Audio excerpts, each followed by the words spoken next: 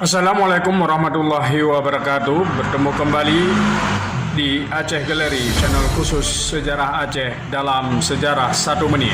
Hari itu, tanggal 26 Desember 1873, terjadilah suatu pertempuran yang maha dahsyat di lapangan yang ditembuhi oleh tebu. Orang Aceh menamakan perang ini dengan istilah Perang Lampuh Debe.